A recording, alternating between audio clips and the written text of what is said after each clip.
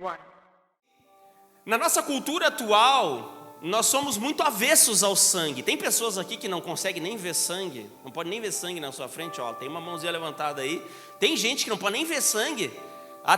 Tem gente apontando para o outro, né? Brincadeira. Tem gente apontando aqui, ó.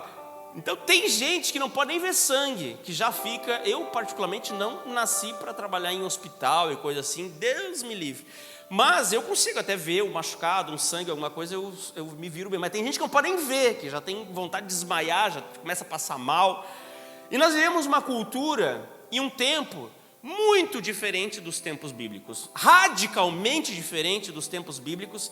E nos tempos bíblicos, o sangue, nos tempos antigos, na antiguidade, o sangue, e falar sobre o sangue, não era algo raro, não era algo que gerava uma aversão, não era algo que fazia com que as pessoas ficassem apavoradas. Não, nos tempos bíblicos, nos tempos antigos, falar sobre sangue, sobre morte, era algo até comum. Os povos antigos viviam, muitos deles tinham costumes, e os seus costumes eram muito diferentes dos nossos. Hoje, numa sociedade extremamente higienizada, graças a Deus por isso, eu nasci nesse tempo. Numa sociedade extremamente higienizada, nós não temos o costume nem o hábito, poucas pessoas se machucam, não é tão comum a gente ter contato com pessoas que estão sangrando, mas a gente pode fazer análises recentes na Bíblia, quando a gente vê, e já não é muito antigo, porque quando nós falamos há 2000 anos atrás, não é muito antigo, porque tem muito tempo antes disso. As mulheres, quando estavam nos seus dias, todos sabiam que elas estavam, porque não tinha tanta tecnologia, se é que você me entende. Então, conviver com o sangue não era uma coisa tão incomum. As pessoas estavam convivendo, as mulheres quando tinham e quando pariam também. E não à toa existiam regras cerimoniais nas escrituras que separavam as mulheres nesses períodos do meio do povo. Mas era uma coisa comum. As pessoas se viam nuas, como eu disse na outra pregação, e hoje a gente fica... Mas tipo assim, era uma coisa normal, era uma coisa comum. Os banheiros, eles eram comunitários nos tempos de Jesus, já, em que as pessoas entravam e faziam suas necessidades e ficavam ali, tudo bem, como é que tu tá, e tal, todo mundo resolvendo suas situações, seus problemas e conversando, trocando, batendo um papo. Então, nós vivemos num tempo que nós caminhamos para um extremo individualismo, nos distanciando radicalmente das culturas que são bíblicas. E por isso, muitas vezes, quando nós nos deparamos com as escrituras e nós vemos o sangue de Jesus, e é sobre isso que nós vamos falar hoje, the blood of Jesus Christ, o sangue de Jesus Cristo, quando nós nos deparamos com essa realidade e começamos a analisar as escrituras, muito do que a gente vê ali parece distante da nossa realidade. Mas o que Deus deseja, muitas vezes, é fazer com que nós tenhamos um tempo de imersão e compreendamos um pouco mais daquilo que é a cultura do tempo, para que nós possamos mergulhar um pouco mais e saber um pouco mais daquilo que Deus deseja comunicar conosco. Quando nós falamos sobre o sangue na Bíblia, já fica claro para todos vocês que não há tanto mistério como existe para nós. Quando nós falamos em sangue, no início de todas as coisas, nós temos Gênesis 1 e 2, em que Adão e Eva estavam lá diante de Deus e tomavam um cafezinho da tarde com Deus e tinham um tempo muito bom com Deus, e assim ia, e era tudo muito bonito, aquela terra linda dos Teletubbies, em que eles sentavam à mesa e na viração do dia Deus encontrava com eles e era tudo maravilhoso. Mas o homem pecou e a queda veio, e com a queda o homem então agora se afasta de Deus, e por isso, a partir do momento em que o homem peca, nós temos um momento e o início da mostra de Deus, de como é que funciona a forma como Deus lida com o ser humano. Quando nós estamos olhando para as escrituras e vemos quando Adão e Eva caem, a primeira coisa que acontece, uma das primeiras coisas que acontecem com eles, é que eles ficam com vergonha.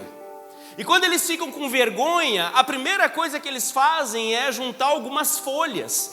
E aquelas folhas que eles juntam, e está lá em Gênesis 3:7, diz assim: então os olhos de ambos se abriram, e eles, percebendo que estavam nus, eles costuraram folhas de figueira e fizeram cintos para si. Ou seja, eles queriam esconder a nudez, porque passaram a ficar com vergonha um do outro.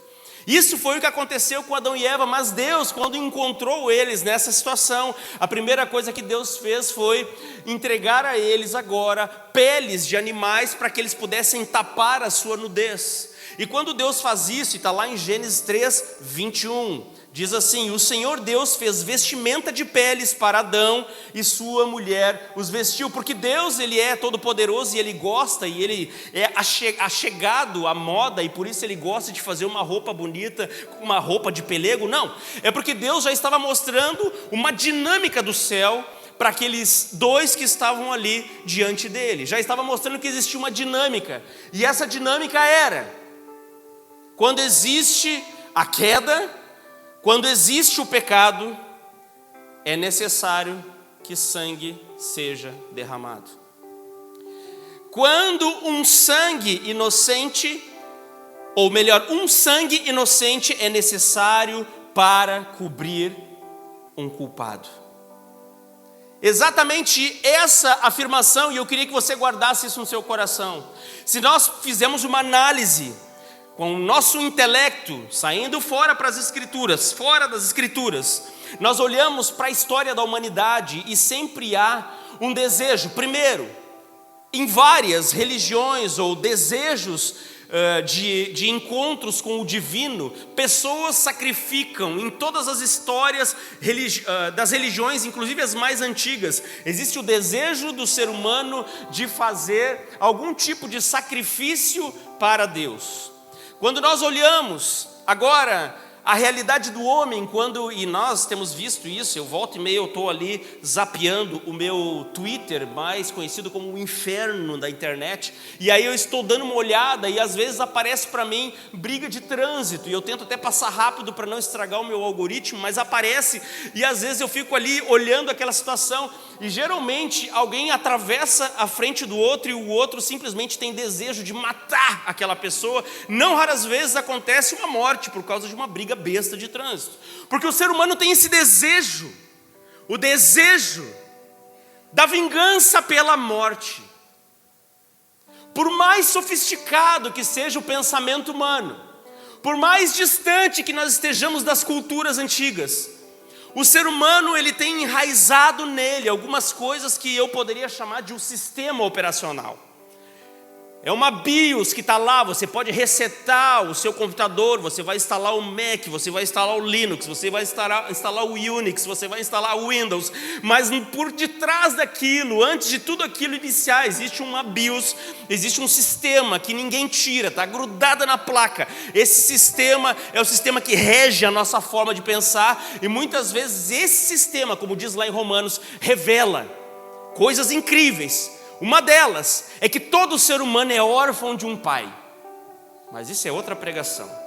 E todo ser humano tem desejo de se vingar, um desejo de morte, porque está em nós, na nossa BIOS, no nosso setup, esse desejo de fazer vingança nesse formato.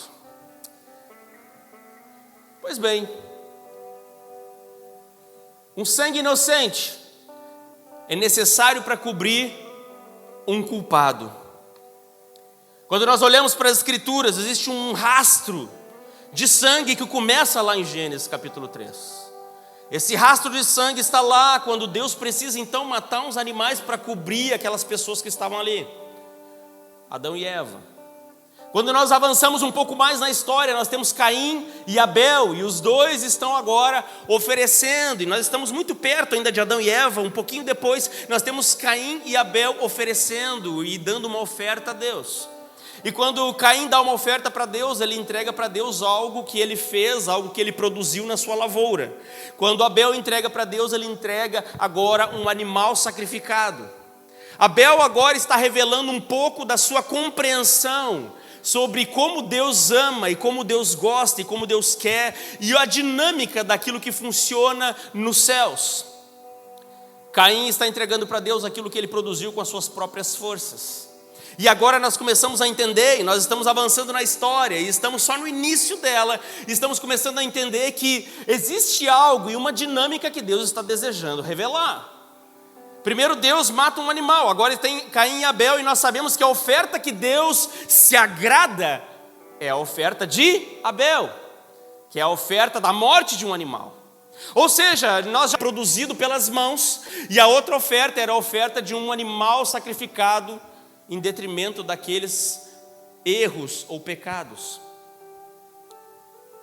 Avançando um pouco mais na história, agora Deus ele deseja se revelar um pouquinho mais, e é o que nós vemos ao longo das Escrituras, uma revelação de Deus de forma progressiva, gradual, bela e poética. Quando nós lemos a Bíblia, nós estamos vendo uma poesia cósmica em que Deus está se revelando, não pelo fio da espada e não só por micro-histórias, mas existe um macrotema que permeia todas as Escrituras. E quando nós começamos a dar esse passo para trás e olharmos as Escrituras, nós começamos a compreender que Deus está dando sinais de algumas coisas que são importantes. Quando Ele está lá com Adão e Eva, Ele está dando um sinal de que existe algo, um setup, você não pode fugir dele. Quando existe um erro, um pecado, alguma coisa inocente precisa morrer. E você foi formado nisso, está dentro de você. Isso é uma justiça de Deus que está entranhada em toda a realidade cósmica, não é só sua, mas é do mundo. Quando nós vemos Caim e Abel, nós vemos agora um passo a mais. Vemos Deus revelando de que existe o desejo de Deus, não de esforços humanos, não, mas o desejo de Deus pela cobertura do pecado, por aquilo que alguém ainda assim não consegue fazer. Deus vai dando pistas e sinais. Pistas e sinais. Nós avançamos um pouco mais na história, e nós temos então Abraão, a cortina da revelação de Deus se amplia um pouco mais, e agora nós temos Abraão diante do povo, diante da sua família, e agora nós estamos compreendendo um pouco mais de como é a dinâmica de Deus e a dinâmica da cultura daquela época. Tim Keller, falando sobre esse texto, ele traz um estudo de um acadêmico, ou seja, nem é algo dele, é algo de um acadêmico americano, que estudou profundamente a cultura da época, e a cultura da época de Adão era uma cultura extremamente familiar. Se acreditava profundamente no coração deles e na aliança que eles tinham com Deus, nas suas divindades, e também isso foi levado para a vida de Abraão judaica, que a família, toda a família tinha uma primícia que deveria ser entregue a Deus, e essa primícia era o seu primeiro filho. Ou seja, toda a família tinha esse desejo de entregar a Deus o seu primeiro filho, de consagrar, e por isso não raras vezes nas Escrituras, vocês veem primeiros filhos sendo entregues a Deus como uma oferta a Deus, como alguém que serve a Deus. Então quando a gente pensa que Abraão foi obrigado a oferecer o seu filho Isaque a Deus, não é exatamente da forma como você pensa que ele recebeu isso. Abraão, em algum momento no seu coração, ele bateu de frente, ele ficou se remoendo, mas no fundo, ele entendia que para redimir a sua família, ele precisava entregar a sua primícia. Ele precisava entregar o seu primeiro. Então quando Abraão faz isso, ainda a contragosto, ainda sofrendo, ainda desejando não fazer, ele está levando diante daquele monte o seu filho, quando ele pergunta, cadê o cordeiro? E o filho de Abraão, Isaque, lança essa pergunta, e Abraão diz, esse cordeiro há de aparecer, ele vai surgir, como quem diz, vai surgir do nada. Abraão por fé chega lá em cima, e Deus agora do meio dos arbustos revela um cordeiro. E aqui Deus está abrindo um pouco mais essas cortinas da revelação de Deus. Primeiro nós aprendemos que existe a necessidade de sangue. Depois nós aprendemos que existe uma necessidade de que não seja pela força da minha mão. Depois nós aprendemos que o sacrifício não sou eu, porque a conclusão poderia ser então, eu mesmo morro, mas a minha morte não é suficiente. Por isso, lá em cima do monte, Deus revela que o sacrifício não é o Isaac, não é Abraão, o sacrifício é outro. E agora nós temos um pouco mais da cortina aberta. O sacrifício não sou eu, o sacrifício não é a minha força, o sacrifício que agrada a Deus é ainda outro no meu lugar. Quando nós lemos as Escrituras dessa forma, as escamas começam a cair dos nossos olhos. Muito bem, depois de um tempo, Abraão está lá, passa-se algumas fases e nós estamos agora debaixo de uma opressão gigantesca. O povo de Deus, Israel, está lá no Egito, está trabalhando muito, recebendo muito trabalho, está recebendo uma carga gigantesca de trabalho.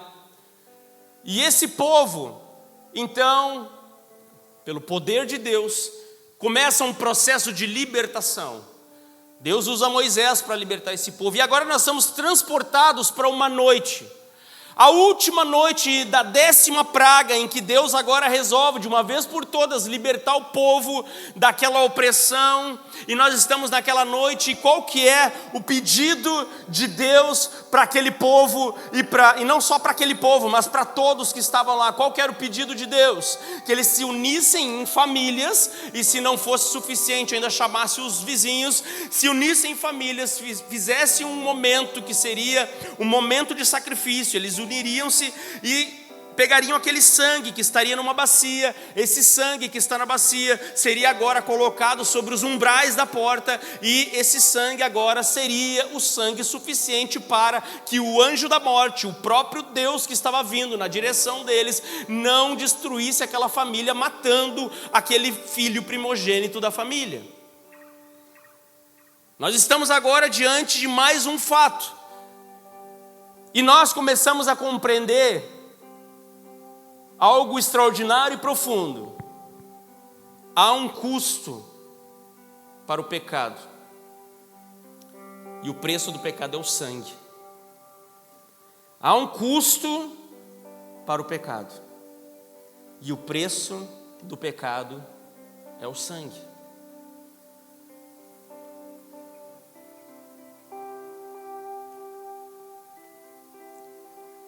A revelação vai se ampliando. No início, o cordeiro era servido para salvar uma única pessoa.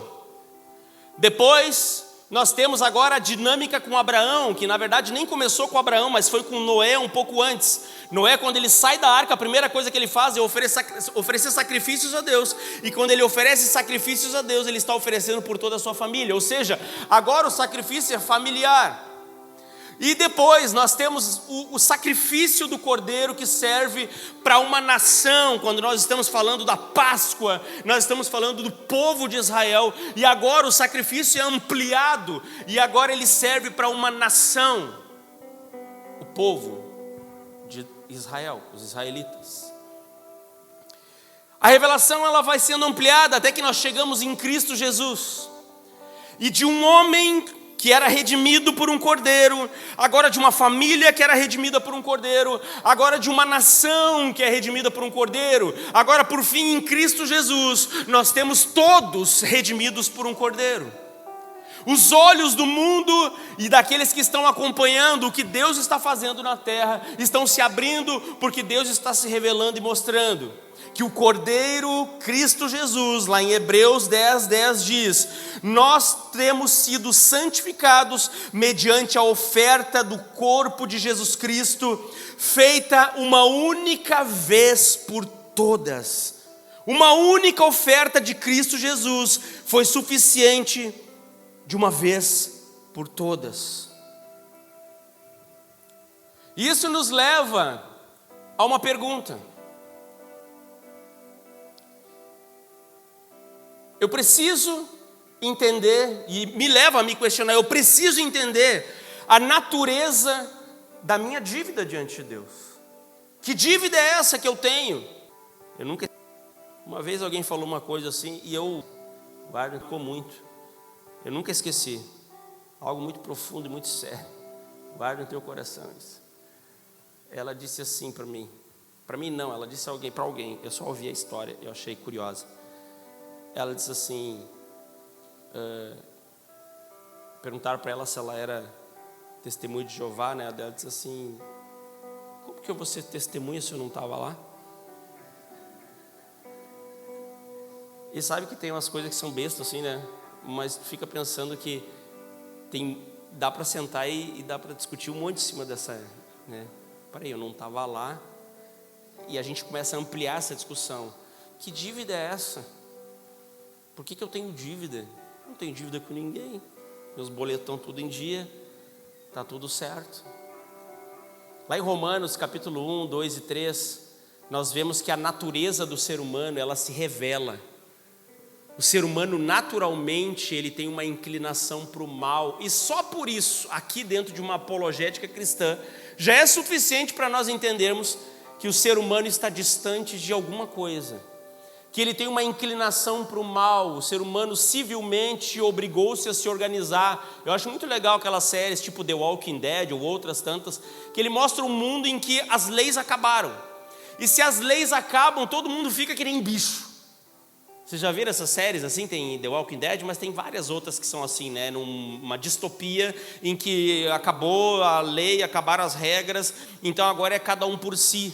E sempre acontece algo desse tipo. Todo mundo quer dominar e todo mundo quer refazer a ordem das coisas. E nós não vamos longe. Mesmo o mundo civilizado, nós estamos vendo o que nós estamos vendo. Porque dentro dos Estados Unidos é crime matar uma pessoa. Agora, matar alguém no mar, numa terra internacional, não é crime, né? Então é isso que nós vimos agora, poucos dias atrás, quando foi abatido um barco venezuelano, segundo eles, de pessoas, né, que estão transportando drogas. E não estou dizendo se é certo ou se é errado, mas estou dizendo que a lei é só uma convenção de um lugar territorial. Você pode mudar de lugar. Um amigo meu uma vez disse assim para mim, cara, eu estou louco para ir lá para Holanda, né? Um amigo antigo e não tem nenhuma referência com ninguém aqui, então o que eu vou falar, não fica tranquilo. E ele disse assim, eu estou louco para ir lá para Holanda, porque lá na Holanda é permitido fumar maconha, então eu vou poder fumar maconha. Eu fiquei pensando assim, cara, então tipo assim, para ele é certo se está na lei, sabe? E quando a gente começa a dar um passo para trás e começa a pensar, meu amigo, nós estamos vivendo por algo tão pequeno, olhando para uma realidade tão, as leis e coisas tão passageiras.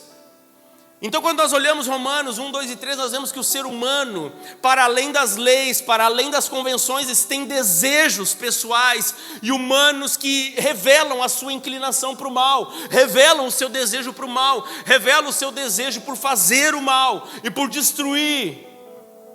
E isso é o inferno. E se você não ouviu a minha pregação sobre o inferno, talvez tenha sido, se você me perguntar qual foi as últimas pregações mais relevantes para a igreja dos últimos tempos que você pregou, eu diria sem sombra de dúvida sobre o inferno. Vai lá no podcast que está lá sobre o inferno, falando sobre o que é o inferno. E o inferno não é o lugar governado pelo diabo, o inferno é o lugar onde não há Deus, e você agora domina a si próprio. Num lugar onde você domina a si próprio, você tende ao infinito, a viver a sua natureza.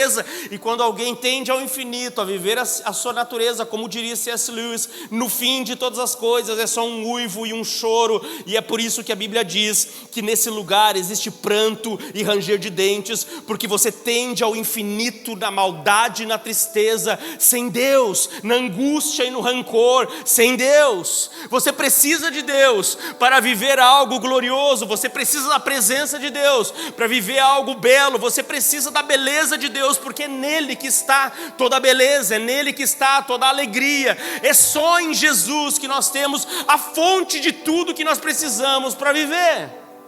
Sem Jesus, nós só afundamos no mar do caos. Ouve lá, inferno. Que inferno? A pregação. Qual que é o status da nossa conta? Eu preciso entender um pouco da natureza da minha dívida. Lá em Gênesis 2,17 diz: mas da árvore do conhecimento do bem e do mal você não comerá. Foi o que Deus disse para Adão e Eva. Porque o dia em que você comer dela, na dinâmica dos céus, você certamente morrerá. Romanos 6,23, o texto diz: porque o salário do pecado é a morte, mas o dom gratuito de Deus é a vida eterna em Cristo Jesus, nosso Senhor. Ou seja, na nossa natureza pecaminosa, eu poderia dizer para você: porque você ofende a Deus, há uma dívida. Porque você está vivo, há uma dívida. Porque você respira, há uma dívida. Porque de você não flui o que é belo, de você não flui o que é bom, de nós não flui o que é glorioso.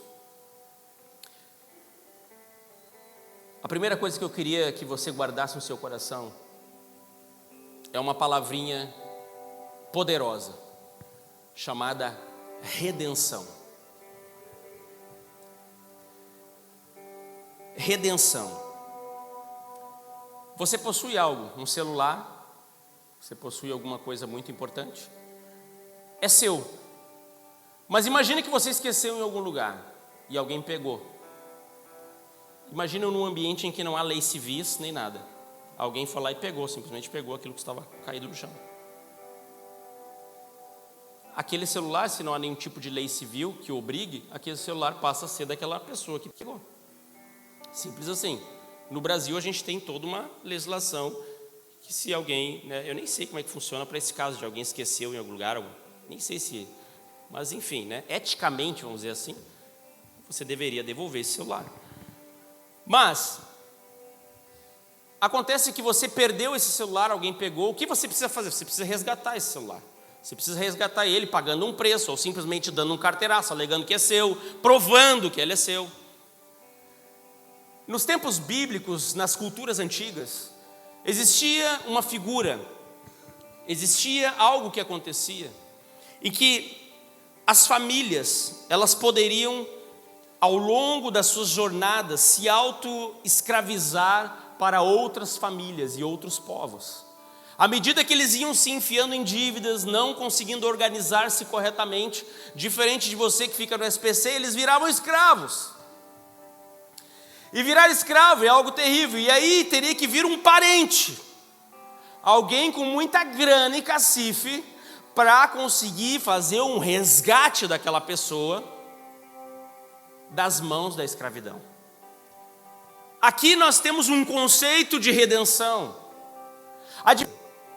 Acontece que você não foi sendo levado por uma onda que te aplacou e que você não conseguiu, nem sei como é que eu vim parar aqui, não. Acontece que assim como o povo de Israel, assim como o povo no Egito, assim como o povo que foi em direção ao Egito, e assim como foi tanto em vários momentos das Escrituras, as pessoas escolheram estar nesse lugar. Elas escolheram estar nesse lugar de escravidão, elas se entregaram. E redenção, portanto, é o ato de tomar de volta para si aquilo que foi perdido, aquilo que foi entregue. Redenção é a transferência de volta para o legítimo proprietário. Por isso, quando nós dizemos que nós somos redimidos, significa o quê? O que você está dizendo? Que você foi devolvido para Deus, você foi devolvido para o verdadeiro proprietário, que é Deus. Você pertencia a Deus e agora não está mais com Deus. E agora, com Cristo Jesus, você foi redimido. A grande narrativa da Bíblia começa aqui. Nós pertencemos a Deus, mas nós nos vendemos. Nós pertencemos a Deus, mas nós nos entregamos. A história da Bíblia é, em essência, sobre como Deus nos transfere de volta para a sua posse. Ou seja, Deus nos redime. Ele é esse parente, Ele é esse que se colocou nesse lugar de redenção. Ele é esse redentor cósmico que se colocou nesse lugar de resgatar aquilo que estava perdido, de resgatar aquilo que perdeu a propriedade, aquilo que nenhum ser humano poderia pagar, porque todos nós de alguma forma estávamos falidos, todos nós de alguma forma éramos escravos. E aqui vem uma das grandes viradas da história. Então Deus resolve se tornar esse parente resgatador. O Verbo se fez carne, o Deus eterno se tornou um homem, Jesus de Nazaré, para ter um direito legal, familiar, de nos comprar de volta. Ele veio até nós. 1 Pedro 1, 18 e 19 diz: sabendo que não foi mediante coisas corruptíveis, como prata e ouro, que vocês foram resgatados, porque esse era o resgate que acontecia com o familiar. Ele ia lá com prata, com ouro, com dinheiro, com finanças e resgatava. Você não foi lá, como diz em 1 Pedro 1, 18 e 19, não foi com coisas corruptíveis, como prata e ouro, que vocês foram resgatados da sua maneira vazia de viver, que receberam por tradição dos seus pais, mas pelo precioso sangue de Cristo Jesus. A nossa redenção foi paga não com finanças, mas por um Deus que veio até nós como o parente que paga, mas agora Ele paga com o sangue precioso do seu próprio Filho, o sangue de Jesus, como de um cordeiro, como diz o texto, sem defeito e sem mácula. Não é o sangue de um homem qualquer, mas o único sangue suficiente, a única morte que deveria ser utilizada para pagar a despesa impagável da humanidade: o sangue de Jesus. A primeira coisa que eu queria que você pensasse é que o sangue de Jesus é suficiente para pagar tudo. Jesus, ele foi tão auspicioso que ele não entregou o seu sangue assim, de solavanco. Quando você analisa, meu amigo, as escrituras, o sangue de Jesus, ele foi sendo vertido lentamente.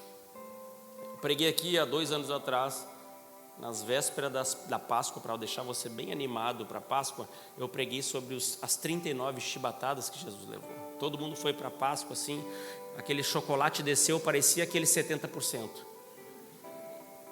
Porque a intenção era essa, que você fosse para casa assim, sabe, e chegasse em casa assim: cara, sai da minha frente, coelhinho, eu quero Jesus.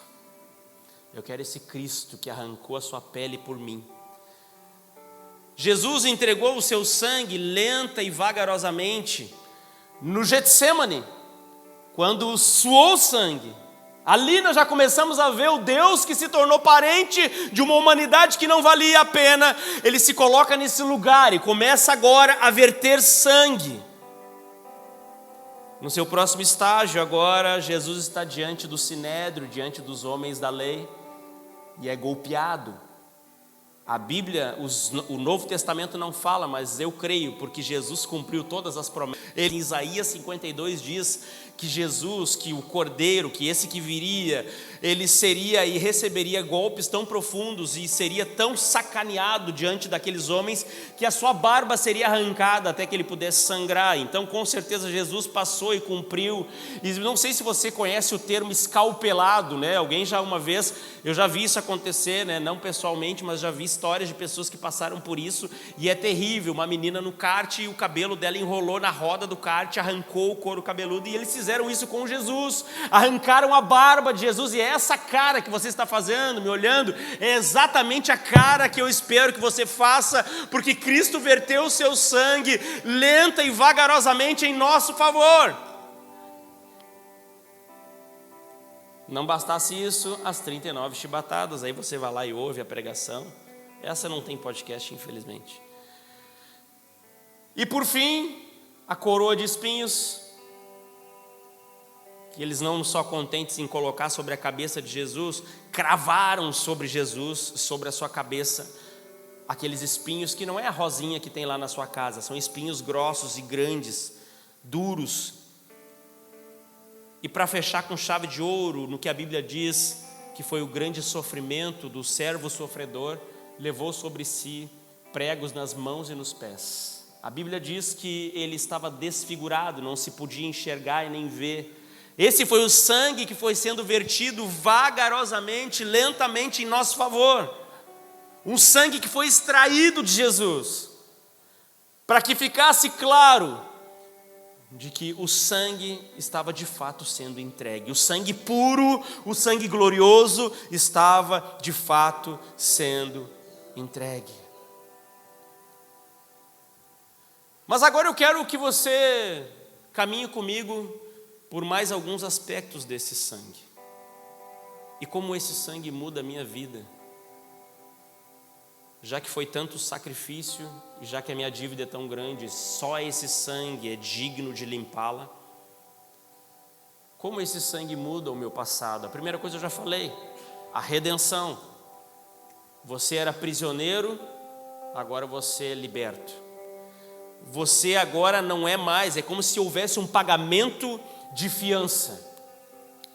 Existe um pagamento de fiança e agora você está livre. Isso significa que a culpa foi embora? Não. Quando você paga vai você é um assassino. Vai alguém lá e diz assim, ó, o juiz diz assim, olha, é 2 milhões para você sair da prisão. Você vai lá e paga os 2 milhões, sai da prisão, você quitou a sua dívida com a sociedade.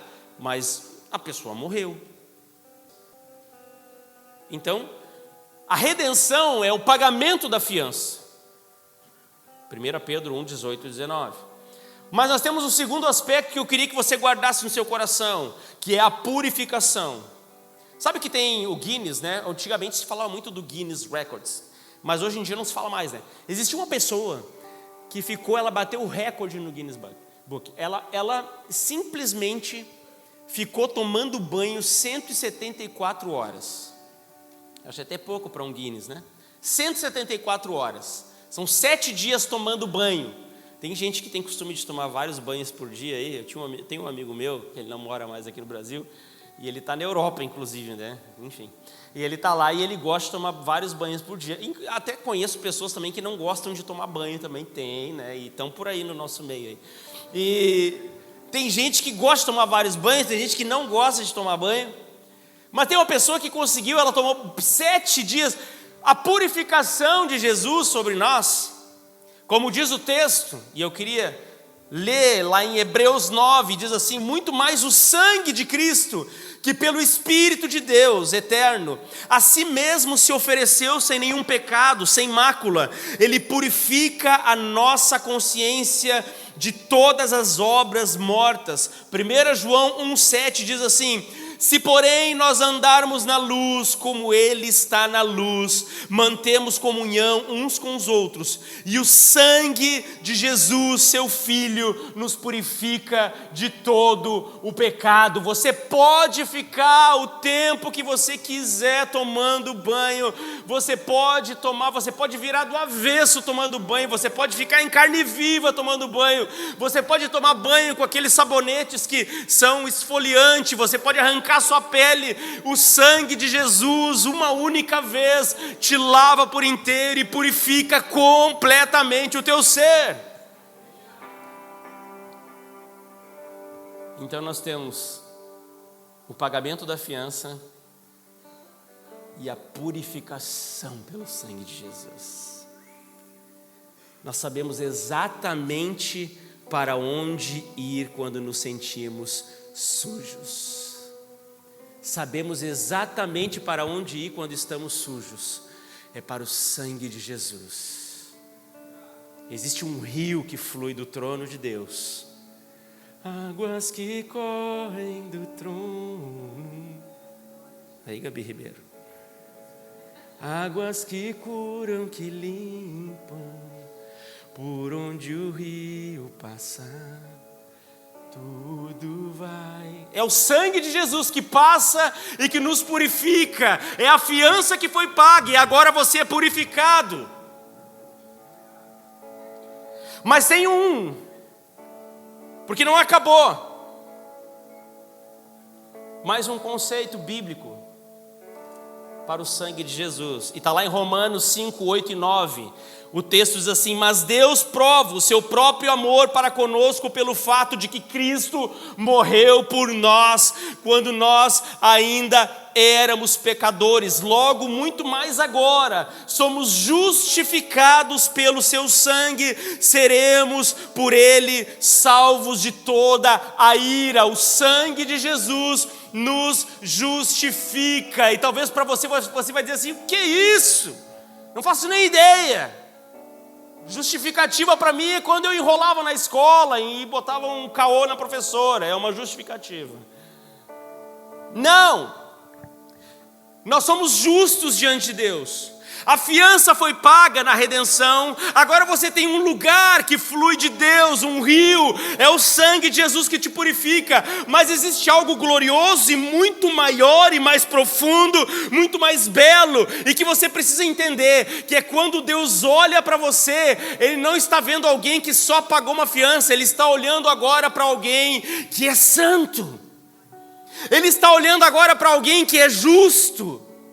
Ou seja, Deus não está olhando para uma pessoa que não vale nada, e talvez tenha sido o jeito que você chegou nessa noite, nesse lugar, pensando: eu não valho nada, eu não tenho nenhuma condição, eu não sirvo para estar nesse lugar e nem nessa igreja, porque eu não sou essa pessoa que as pessoas queriam que eu fosse, eu não consigo ser santo, eu não consigo me livrar de algumas coisas. Agora, se você deixa o sangue de Jesus vir sobre você, agora em você, Deus não olha mais para aquilo que está em você, para aquilo que você tem vivido e para aquilo que você tem lutado. Agora Deus olha para você e Ele enxerga Jesus. Não existe mais morte para você, já não existe mais esse sentimento de que você é impuro. Não, Ele te justificou. Deus está te olhando e dizendo: não há mais nada aqui, não há mais nada a ser cobrado aqui, porque Ele é puro, Ele é limpo.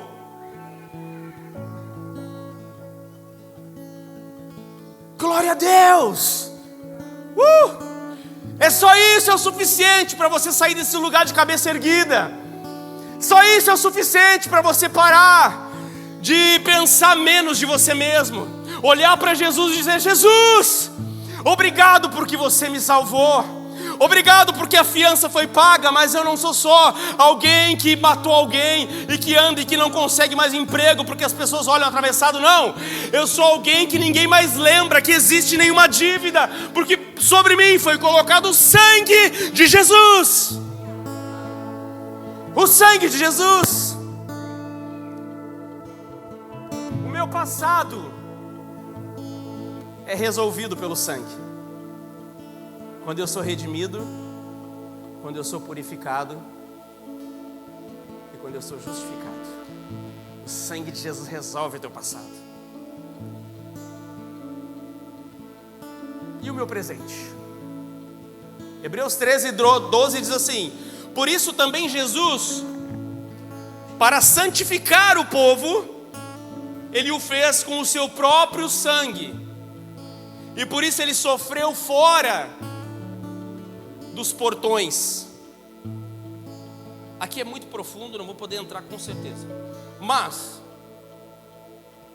Jesus se fez tão maldito no nosso lugar, que quando Ele disse está consumado, um pouco antes Ele olha para os céus e diz: Deus meu, por que me desamparaste? Jesus está fora do lugar onde o povo fica, está num lugar maldito, que era o que acontecia quando se matava o cordeiro e o sangue ficava ali da oferta. Lá nos tempos de Israel, nos tempos do Egito, eles pegavam aquele corpo que era considerado impuro e levavam para fora da tenda, para fora da região. É o que fizeram com o corpo de Jesus. Pegaram aquele corpo que agora, aos olhos do mundo, aos olhos de Deus, é um corpo maldito. Ele é levado para esse madeiro, ele é colocado lá até que o seu sangue verta, e lá ele dá esse grito: Deus meu, por que me desamparaste? Porque Deus não estava mais ali. Jesus morreu sozinho, porque Deus não poderia compactuar com toda a podridão do mundo concentrada naquele lugar. Jesus ali era tudo aquilo que nós não queríamos ser, mas Ele se tornou para que nós pudéssemos ser iguais a Ele. Glória a Deus!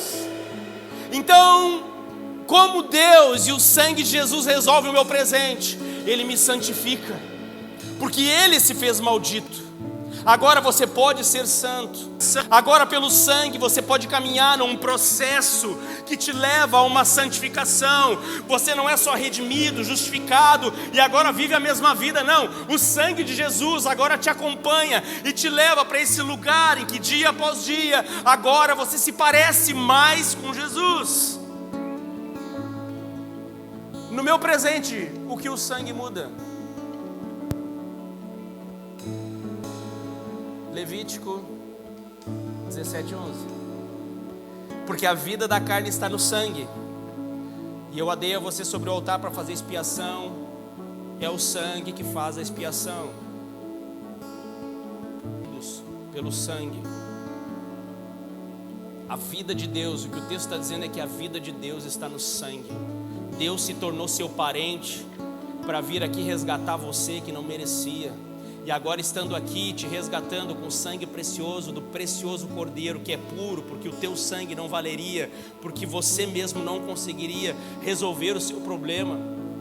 O sangue precioso que foi sacrificado é o sangue que diz lá em João 6,53, diz assim: Jesus lhes disse, em verdade digo a vocês, se não comerem da minha carne e também não beberem do meu sangue, vocês não têm vida em si mesmos. Jesus está dizendo, a vida está no sangue, lá em Levítico. Agora em João ele está dizendo, vocês precisam beber do meu sangue. O que Jesus está dizendo é que você precisa agora se alimentar da vida de Deus. Quando você ceia na igreja, quando você está vivendo esse sacramento tão belo, você está bebendo do sangue de Jesus. Você está agora fazendo uma transfusão de sangue. Você está tirando o seu sangue do pecado e está recebendo o sangue de Jesus sobre você. Agora não é mais sobre você, Deus está infundindo sobre você, está inserindo sobre a sua natureza o sangue glorioso do próprio Deus. E você passa agora a viver com o sangue nobre de Jesus nas suas veias. Por isso que Paulo lá na frente vai falar que agora nós somos ramos enxertados na oliveira. Nós somos parentes de Deus. Você é filho de Deus, adotados por escolha de Deus. Em Cristo agora corre em nós o sangue de Deus. E o futuro, como é que fica nessa história? Duas coisinhas sobre o futuro para vocês. Hebreus 10:19 diz assim: portanto, irmãos, tenham ousadia para entrar no Santo dos Santos pelo sangue de Jesus. O sangue de Jesus te habilita agora, que você sabe que quando Deus... Porque, meu amigo, você não entra no Santo dos Santos, você não chega. Se você chega na presença de Deus de cara, de carinha, sem o sangue, você morre imediatamente. Para você ter condições de chegar na presença do Santo dos Santos, do Deus glorioso, você precisa de uma interface, você precisa que Deus não enxergue o seu pecado, e por isso a Bíblia diz que o seu pecado cai no mar do esquecimento. Não, você precisa que Jesus seja visto, e é por isso, pelo sangue de Jesus que te reveste, você pode chegar no Santo dos Santos. Você pode chegar, como diz Hebreus, confiadamente.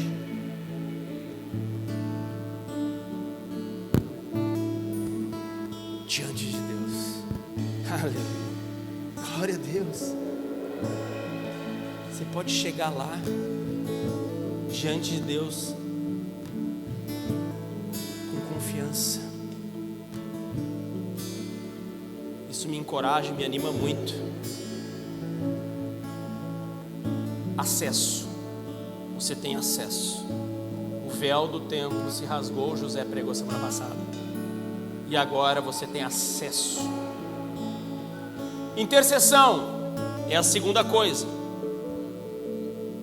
O texto de Hebreus 12 diz assim: mas vocês se aproximam do Monte Sião, da cidade do Deus vivo, de Jerusalém celestial e de incontáveis hostes de anjos, do ajuntamento festivo e da assembleia dos primogênitos que estão matriculados nos céus de Deus e juiz de todos, dos espíritos justos que foram aperfeiçoados em Jesus, o mediador da nova aliança. E agora vocês se aproximam por intermédio do sangue da aspersão, do sangue de Jesus, que agora fala mais coisas e melhores coisas do que o sangue de Abel. O sangue de Abel era um sangue que gritava por vingança. Agora o sangue de Jesus é o sangue que sara a vingança. O sangue de Abel era o sangue que era involuntário. O sangue de Jesus é um sangue voluntário, entregue por amor. O sangue de Jesus intercede por nós. Você sabia? Enquanto você está aqui me olhando com essa cara, pensando no que vai comer depois, e bem desconectado, desligado, ou enquanto você passou essa semana na pornografia, enquanto você passou essa semana vivendo coisas distantes de Jesus, tomando decisões erradas, enquanto você passou essa semana numa pressão gigantesca e violenta no seu trabalho, você esqueceu de Jesus, esqueceu que é Ele que te sustenta, enquanto você passou essa semana sendo sustentado pelas mãos do inimigo, quando você acreditou que a depressão era que te definia, enquanto você passou essa semana desistindo de Jesus e pensando, cara, eu não quero mais viver isso para mim, enquanto você passou essa semana distante das pessoas que te levam para mais próximo de Jesus, ao longo de todos os dias da sua vida, enquanto você cometia erros, lá estava o sangue de Jesus intercedendo por você. O sangue de Jesus ainda grita bem alto: Ele é redimido, Ele é salvo, Ele é transformado pelo poder glorioso do sangue que foi vertido na cruz. O sangue na cruz. Se levante e ouça mais uma coisa que eu quero dizer para você. Fique de pé junto comigo.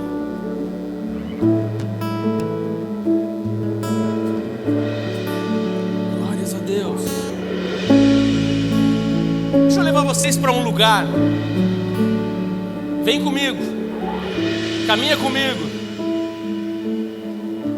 Até aquela noite sombria no Egito, estava lá uma família. É a cena da Páscoa. Está a família reunida. Estão todos assombrados porque existe um anjo da morte vindo em direção à casa de todos. Moisés disse isso, e como todos eles já tinham visto tantas coisas absurdas acontecendo, eles sabiam que era verdade. Realmente viria um anjo da morte. É muito louco de pensar que diante do anjo da morte, diante de uma força opressora gigantesca que viria matar uma família e matar alguém de uma família, o que poderia ser a solução para a morte era um cordeirinho no meio da sala. Sabe a sua angústia por vingança? Tem um cordeirinho lá no meio da sala. O anjo da morte, um cordeirinho. Está lá a bacia. O cordeiro está na mesa, o sangue do cordeiro está vertido sobre a bacia. E Deus, Ele é meticuloso em todas as suas escolhas. Eu já falei isso várias vezes. A Bíblia é maravilhosa. Deus, Ele manda o povo colocar aquele sangue no umbral da porta, não de uma forma qualquer. Sabe como Deus mandou esse sangue ser colocado lá? Está lá o cordeirinho, está lá aquele sangue. Sabe como Deus como Ele manda? Ele manda as pessoas pegarem o que se chamava de isopo. Isopo era um mato qualquer, um matinho qualquer, um mato irrelevante. Sabe como essas ervinhas, esses matinhos que dão aí, que você faz um concreto de 40 centímetros de altura, você pensa assim, não vai ter mato aqui nesse meu pátio, beleza, nunca mais vou capinar mato na minha vida. Quando você olha, está lá, no meio do concreto, aquele mato maldito, porque ele nasce em qualquer lugar, nasce na parede, nasce no teto, nasce em qualquer lugar.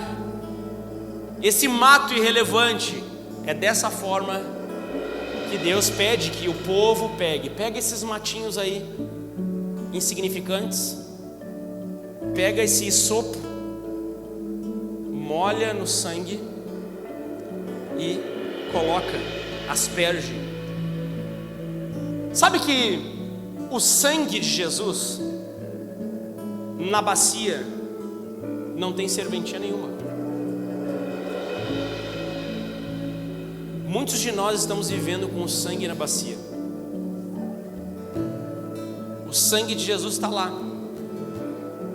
É uma verdade absoluta. O sangue de Jesus tem poder. Mas o sangue de Jesus pode ter um poder longe de você. Pode ter um efeito prático teológico longe de você. Um efeito lá na bacia, lá para quem está longe de você. Mas e você? Sabe que a escolha desse mato para colocar esse sangue não foi uma escolha qualquer. Porque o que importa não é aquilo que carrega o sangue, mas o sangue.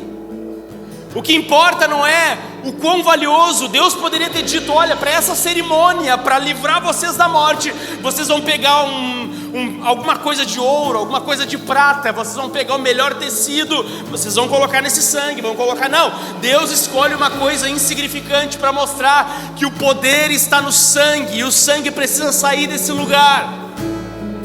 Ele precisa sair desse lugar. E é por isso que Deus deseja usar você para a glória dele, porque Deus, Ele usa, Ele escolhe as coisas loucas para confundir as sábias. Ele usa, escolhe as coisas que não são para confundir aquelas que são.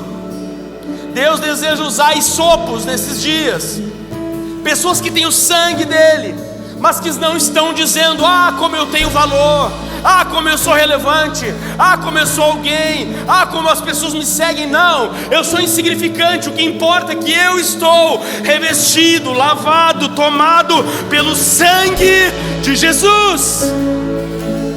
Porque é o sangue que importa. É o sangue que importa. O sangue que importa, não você. Por isso coloque, seja revestido desse sangue. O sangue precioso de Jesus, que te redime, que te purifica, que te justifica, que te santifica, que intercede por você, que coloca em você a vida de Deus. O sangue que faz com que você não olhe mais para Deus como alguém distante, mas olhe para Deus como um filho de Deus. Sabe, nós vamos tomar ceia nesse momento, e as pessoas vão passar aqui distribuindo a ceia. Nós queremos tomar essa ceia juntos, agora dando mais alguns passos lá para frente. Nós estamos na ceia com Jesus. Jesus está com os discípulos. A tradição da Páscoa judaica era que tinha o cordeiro. Jesus está com os discípulos na mesa. Os discípulos olham, tem um pedaço de pão em cima da mesa. Os discípulos olham para um outro lado da mesa, tem um vinho. Eles olham e veem que tem ervas em cima da mesa, que faz parte da tradição. Talvez de cantinho, eles tenham se perguntado assim, de cantinho entre eles assim. Eu imagino Pedro, né? Pedro que era meio, mas ele estava meio contido, eu acho, nesse dia. Ele devia ter olhado para o lado assim para João: João, onde é que está o cordeiro? Imagino ele se olhando, pensando: bom, ele já fez tantos milagres, né? Vai surgir um cordeiro de algum lugar aqui para a gente poder fazer e ter esse momento. Mal sabia eles que o cordeiro estava na frente deles. Quando nós celebramos a ceia, nós estamos celebrando esse sangue que entra em nós, e agora nós recebemos a vida de Deus. Nós estamos celebrando que agora existe um cordeiro que foi sacrificado, como diz Hebreus 10:10, de uma vez por todas. Um cordeiro que agora verteu o seu sangue. o sangue que nos limpa, o sangue que nos leva para essa aliança radical de Deus, o sangue que nos leva para esse lugar de redenção, o sangue que nos dá condições de andarmos com Jesus, o sangue que muda a nossa história, o sangue que nos leva para diante do Senhor, agora de forma confiante, o sangue que muda o nosso olhar sobre tudo, e agora nós não olhamos mais como mendigos espirituais, mas agora nós olhamos como quem é filho daquele que governa sobre todas as coisas.